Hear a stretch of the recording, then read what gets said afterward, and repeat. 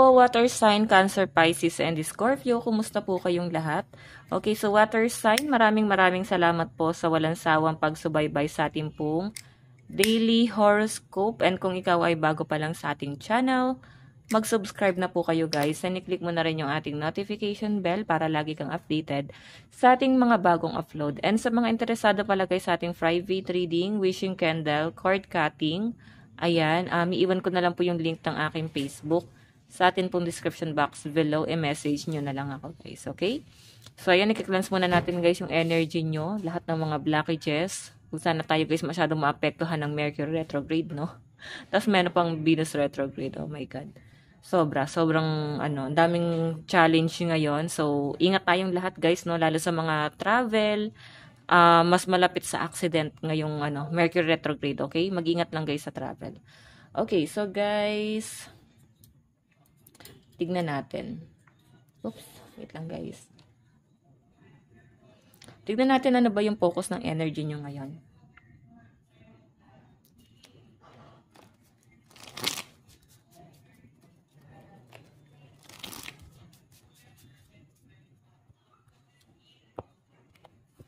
Okay.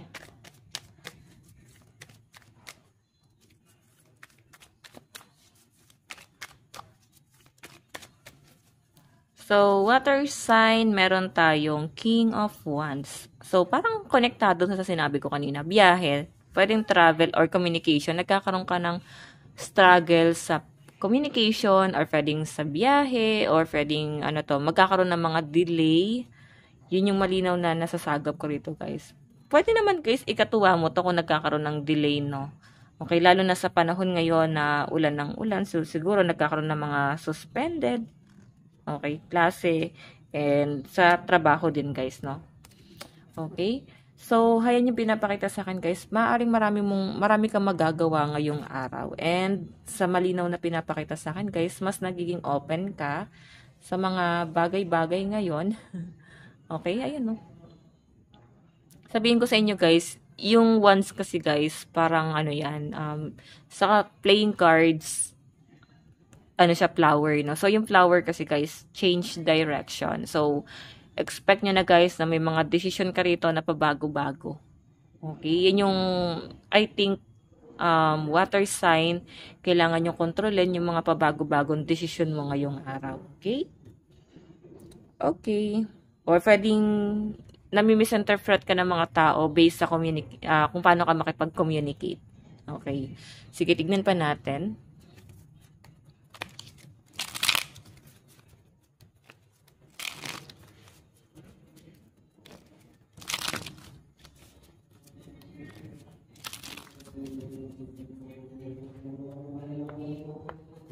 Okay. Overall energy po ni water sign, meron tayong stress. Okay, grabe na siguro guys yung stress ng mga water sign ngayon. Dami nyo guys iniisip. Nakikita ko rin guys na parang nagkakaroon na rin guys ng parang migraine or insomnia. Parang hindi kayo guys nakakatulog agad-agad. Okay. Meron po tayong real estate.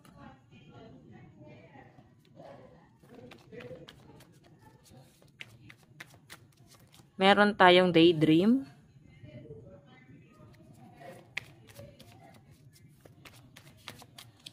Meron tayong overload. Okay. So, water sign, sa pinapakita sa akin, parang gusto nyo talaga. Magbakasyon, mag-travel, mag-unwind muna sa malayo, mag-release muna ng mga stress. Pero sabi ko nga sa inyo guys, conflict pa sa inyo ang magbiyahe ngayon, no? Maaari nga ng epekto sa inyo ng Mercury retrograde.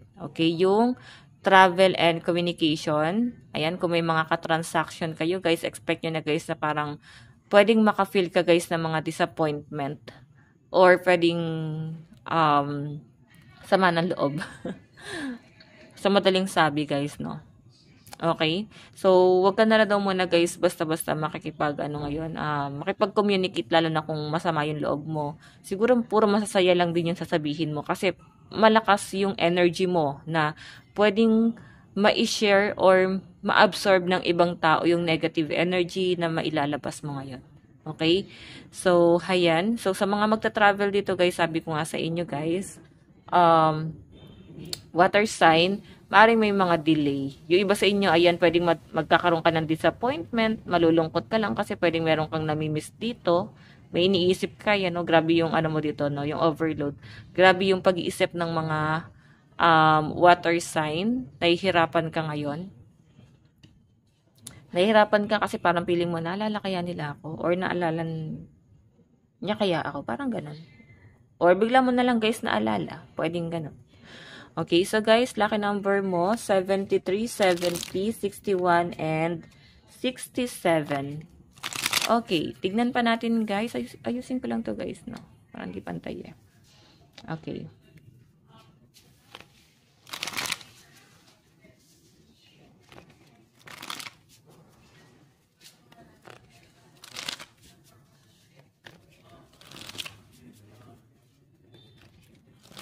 Ano pa po ang ipapakita sa energy ng mga water sign ngayon? Okay, so meron tayo guys, 4 of Pentacles. Yun yung stress ng mga water sign guys. Pwedeng pera, pwedeng sa trabaho, pwedeng struggle ka sa school, pwedeng ang daming challenge. So, nai-stress ka, pwedeng sa mga project mo, or pwedeng sa trabaho, sa mga paperworks. Basta nai-stress ka guys, no? Hindi mo naman guys basta-basta dapat itapon parang ganun. Kasi kailangan kailangan matapos mo to, or kailangan siya sa pamumuhay mo. Okay? So, ang kailangan ng mga water sign, i-overcome. I-overcome niyo yung stress nyo ngayon. Ayan, kaya nandiyan yung 4 of Pentacles. I-work out and i-let go. Okay? I-let go mo yung mga negative and i-work out mo yung mga positive. Okay, tingnan pa natin. Meron tayong 2 of Cups. Meron tayong 2 of Pentacles. Meron tayong King of Wands. Okay. The Hangman, guys. So, pag ito yung lumabas, walang galaw. Wala masyadong improvement. Maaring sa sitwasyon mo ngayon, sabihin natin na may nabago, pero yung sistema mo, ganun pa rin. Okay? So, ayan. I-glance ulit natin yan kasi negative yun. Okay, so water sign, real estate, and 2 of Cups. So, pag ito yung lumabas kasi sa akin, guys, bahay to, pamilya, relationship. So, 2 of Cups, guys, misunderstanding. Okay, so maaaring nagkakaroon ka ng misunderstanding sa loob ng tahanan, or sa kapamilya, or pwedeng sa karelasyon. Okay, or pwedeng sa transaction na nga. And ito guys, daydream, iniisip-isip mo ngayon siguro yung kung paano kakakita ng pera. Though may tumutulong naman sa mga water sign, pero siguro gusto mo pa rin guys at least kumita para sa sarili mo. Okay? Parang kailangan meron kang i-improve sa sarili mo. 2 of Pentacles kasi guys, priority to Okay? So, meron tayo guys, overload and King of Wands. So, itong King of Wands guys is passion, no? Meron kang pinupurso na passion. Pero, water sign, nakaka-stress. Malaking responsibilidad to. Okay, gusto mo yung bagay na yon, pero challenging to para sa inyo. Okay, hirap na hirap ka dyan, pero sabi nga nila guys, pag gusto mo yung isang bagay, hindi ka makaka-feel ng pressure. Pero sa sistema mo guys, tatanungin kita, gusto mo ba talaga yung ginagawa mo? Kasi kung gusto mo, hindi ka mapipressure. Baka ginagawa mo lang to kasi gusto ng ibang tao sa inyo na ito yung gawin mo. Okay? Tingnan pa natin. Advice. Meron tayong energy of love. Behold the world through the eyes of love. Okay? So, yun yung pinapakita sa akin dyan, guys. So, water sign. Ito lang po ang inyong reading. Bukas ulit. God bless and love you all. Bye-bye po.